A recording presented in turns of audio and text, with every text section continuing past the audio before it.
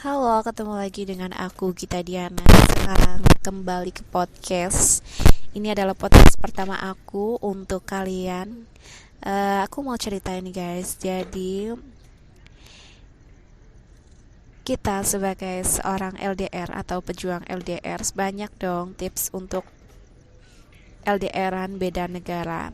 Ini aku kasih tahu ya, mau chatting beda zona waktu atau bahkan beda jarak dan waktu itu membuat kita menjadi semakin rindu yang menggebu, ya nggak sih? Pastinya dong. Tidak ada keraguan bahwa hubungan jarak jauh itu menantang, tetapi itu bisa menjadi jauh lebih sulit setelah hubungan menjadi semakin jauh. Contohnya, ya seperti aku. Dibutuhkan banyak kesabaran, kepercayaan, dan kerja keras untuk menjaga hubungan yang telah berjalan begitu jauh. Dari mencoba menelpon atau mengirim pesan satu sama lain, tidur ketika dia baru bangun dan bangun ketika dia tidur, dan masih banyak cobaan yang lainnya. Dan tips LDR yang beda negara ini akan membuatmu menjadi lebih percaya kepada pasangan dan menjaga keharmonisan hubungan kalian berdua ya guys. Jadi kalau LDR beda negara, yang pertama itu pastinya satu adalah komunikasi dengan dia secara rutin. Ya walaupun kamu menghubunginya cuma sebentar, kamu harus menentukan kapan kamu akan berbicara dan berapa lama kamu berbicara dengan dia.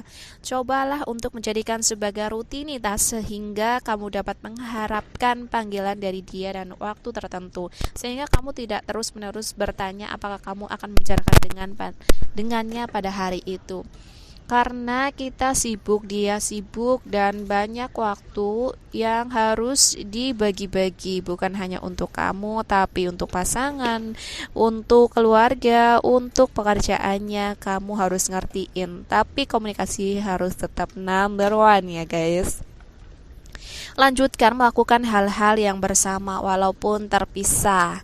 Kamu mungkin berpikir bahwa ketika kalian berdua tinggal di dua negara yang berbeda, dipisahkan oleh dua zona waktu yang berbeda, dan kalian tidak mungkin melakukan sesuatu bersama seperti saat kalian bertemu.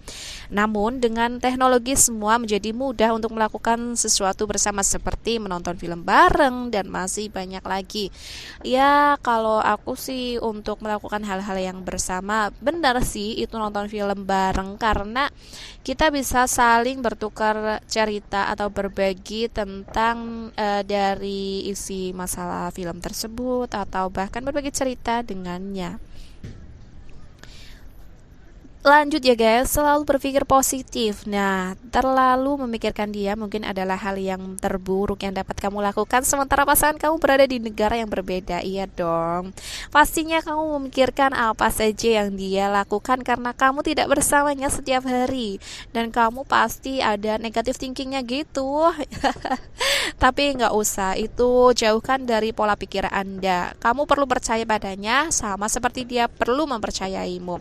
Jadi selalu berpikir positif itu adalah salah satu pikiran yang harus kamu adakan setiap harinya.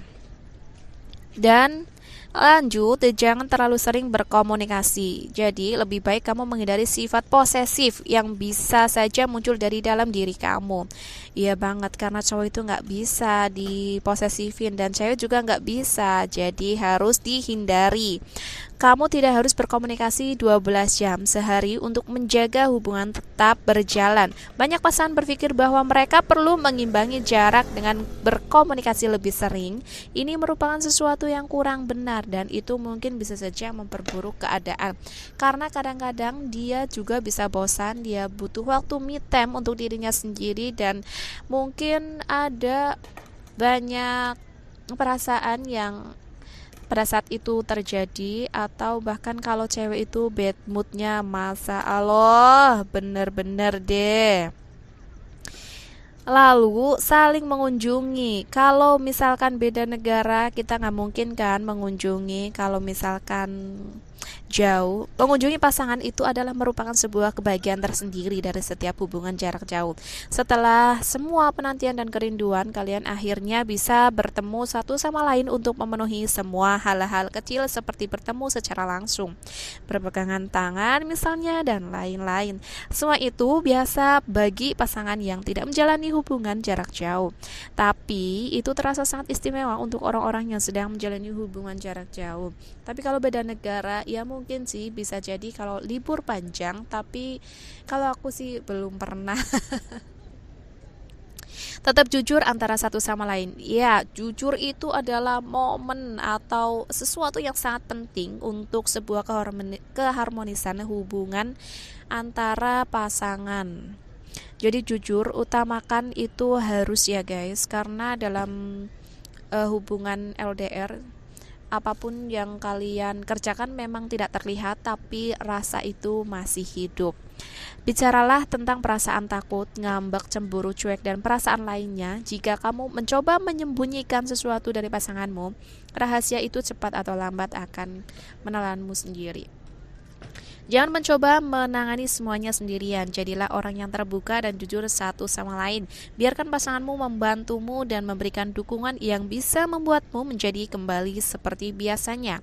Jika kamu ragu dengan pasangan yang akan kamu bicarakan dengannya, kamu bisa konsultasi ke orang tua atau ke teman dulu terlebih dahulu sebelum mengirimkan pesan kepada pasanganmu. Yang penting kamu harus melihat situasi dan kondisi pasanganmu sedang ngedown atau bahkan dia punya masalah sendiri yang harus kamu prioritaskan untuk dia. Jadi harus tahu waktu.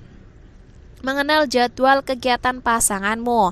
Jadi, kamu harus kenal jadwal apa saja yang setiap harinya dia lakukan. Ini akan menjadi sangat membantu jika kamu mengetahui kapan dia sibuk dan kapan dia punya waktu luang, sehingga kamu dapat mengirimkan pesan atau melakukan panggilan pada waktu yang tepat.